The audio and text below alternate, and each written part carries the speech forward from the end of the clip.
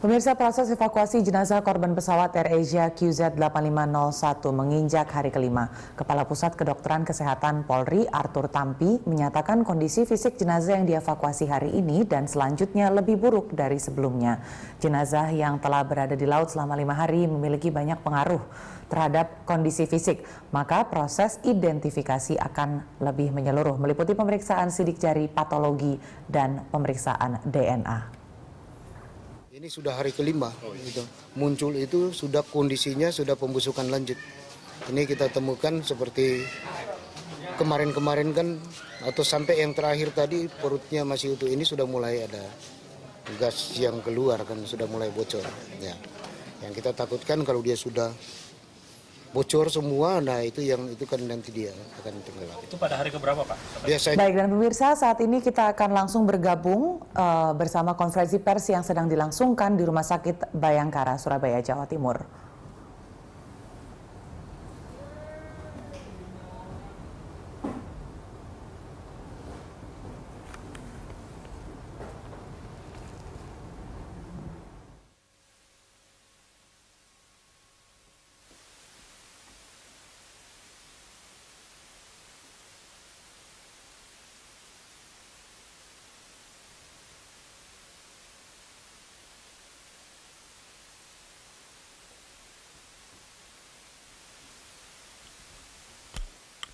DVI ini adalah standar ya yang dipakai secara internasional mendasari protokol ICPO Interpol, ya. International Criminal Police Organization Interpol, ya. Sehingga apa yang kita lakukan ini secara hukum dan secara saintifik sangat akurat dalam konteks untuk proses penegakan hukum.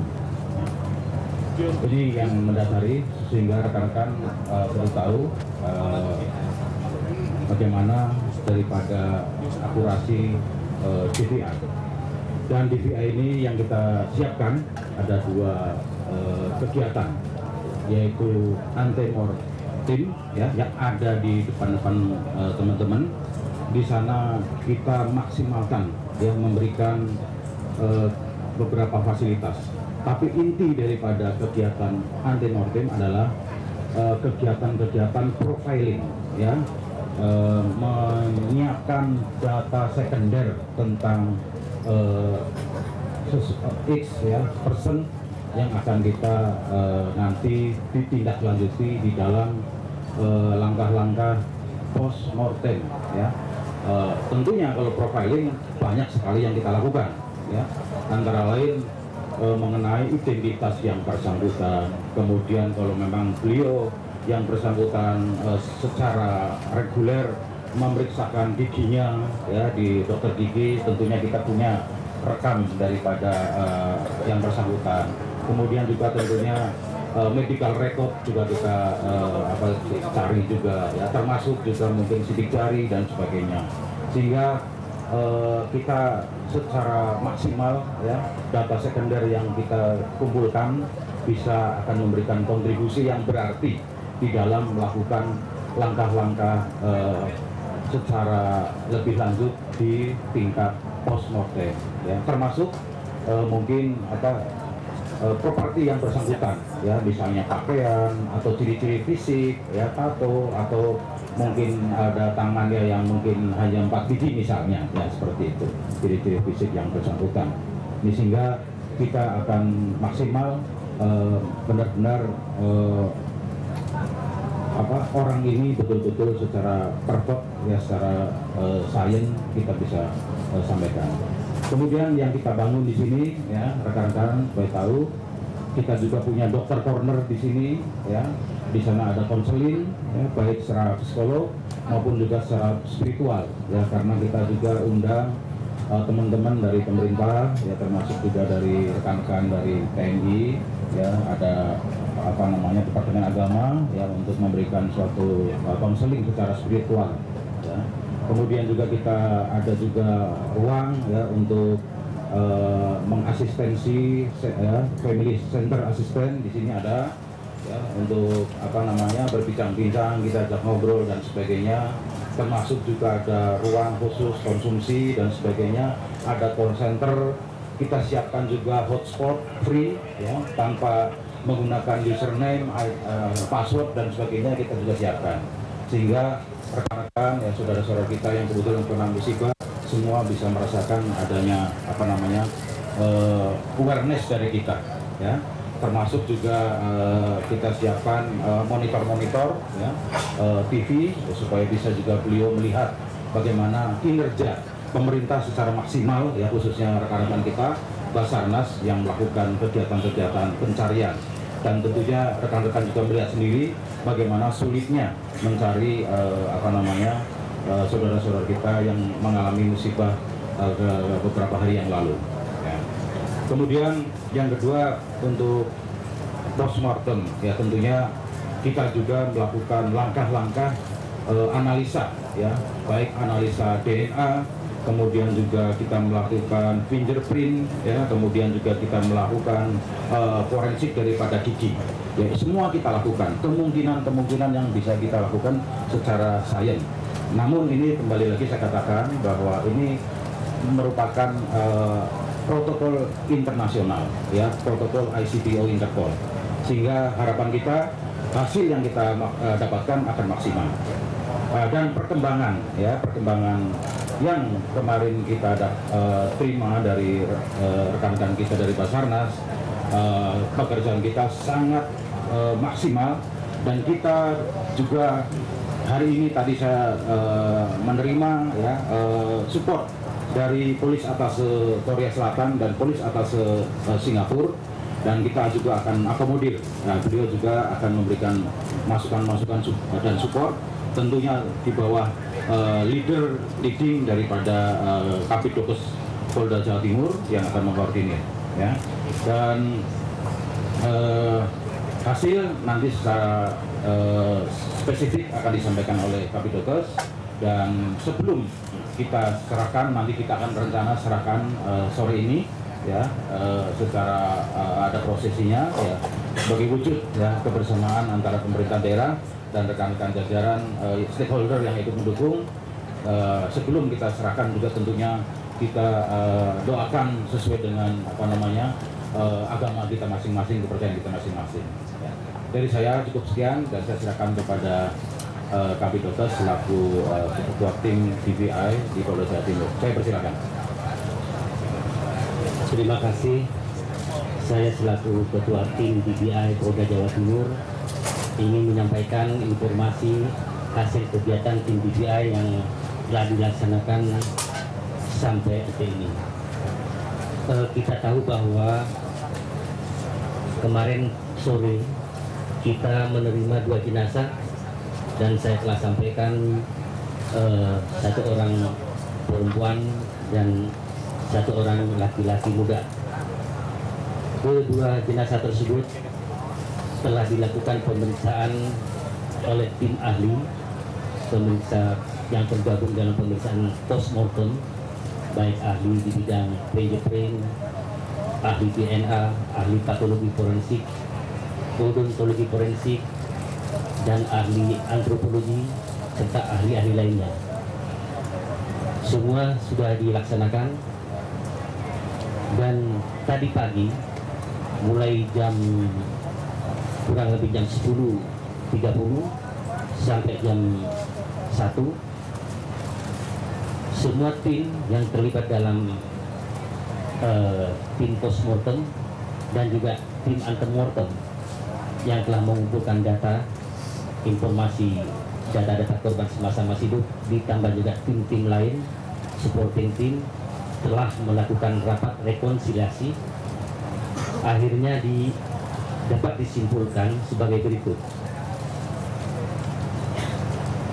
Jenazah dengan label B001 telah teridentifikasi sesuai dengan manifest atas nama Hayati Lutfia Hamid. Saya ulangi, 1 korban telah diidentifikasi sebagai korban passenger dari Air Asia atas nama Hayati Lutfia Hamid. Dapat kami laporkan juga, sampaikan pada media bahwa yang bersangkutan teridentifikasi melalui dua metode, yaitu metode identifikasi primer, yaitu melalui sidik jari. Terjadi kesamaan atau matching antara sidik jari jenazah dengan sidik jari yang tim peroleh dari antemortem. Kemudian metode yang sekunder yang kedua, yaitu kita juga berhasil menyamakan data antemortem dan postmortem dari data medis yang bersangkutan, yaitu dari adanya bekas operasi seksio. Ya, ada masih tampak operasi seksio daripada yang bersangkutan. Informasi yang diperoleh dari antemortem dari keluarga juga sama. Kemudian metode sekunder yang lain yang memperkuat korban adalah Hayati Lutfiah Hamid, juga dari properti yang didapatkan pada korban atau jenazah. Yang pertama, adanya ID card yang masih terpasang di tubuh korban, berupa ID yang tertulis atas nama Hayati Lutfiah. Kemudian juga dari properti lain, yaitu perhiasan daripada yang bersangkutan, ada kalung dengan inisial nama yang bersangkutan, gelang dan lain-lain yang juga diakui oleh keluarga adalah milik korban. Atas dasar dua metode identifikasi tersebut, baik primer dan sekunder, tim memastikan bahwa korban adalah Hayati Lutfiah Hamid. Selanjutnya terhadap jenazah yang kedua dengan label B002, tim DBI dari hasil rapat rekonsiliasi sampai saat ini belum cukup bukti untuk memastikan siapa korban tersebut. Hal ini karena hasil perbanding data antara data antemortem dan postmortem sampai saat ini masih belum match, belum bisa dipertanggungjawabkan. Sehingga kami terus tim akan menggali, mencari, mengumpulkan bukti-bukti atau data-data informasi tambahan dari antemortem. Jadi tim akan terus bekerja, namun yang jelas jenazah dengan label B002 adalah seorang laki-laki muda dengan tinggi jenazah, dengan panjang jenazah antara 145-150 cm. Saya pakai ring karena mungkin pengaruh daripada tenggelam, mungkin ada berubah memanjang sedikit karena ada pembengkakan dan lain-lain.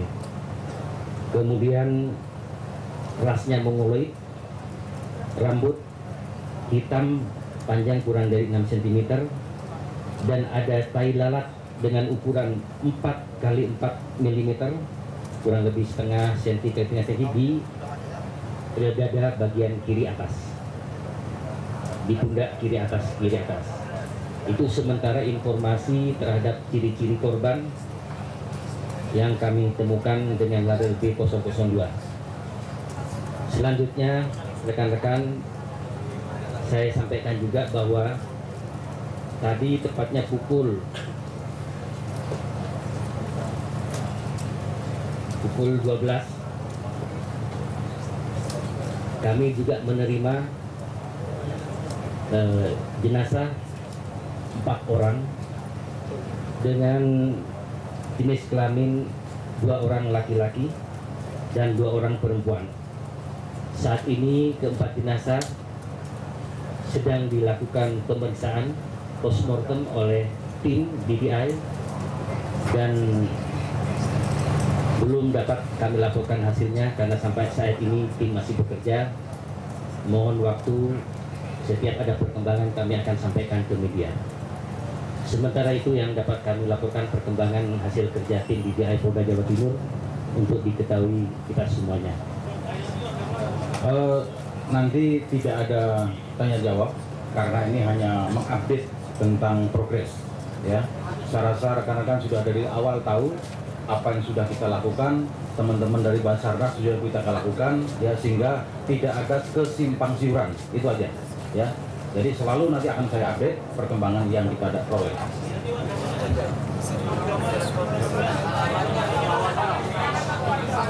Tadi sudah saya silakan, nanti akan diserahkan hari ini sore ini. Iya, ya. Kemungkinan akan sekarang jam 4:30 malam, ya. Oke, ya.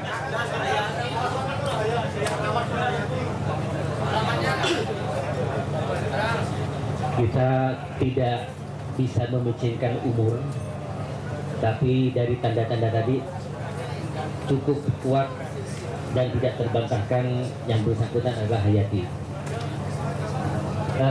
Alamatnya di Mojokerto. Sidoarjo saya katakan. Terima kasih. Selamat sore. Wassalamualaikum warahmatullahi wabarakatuh.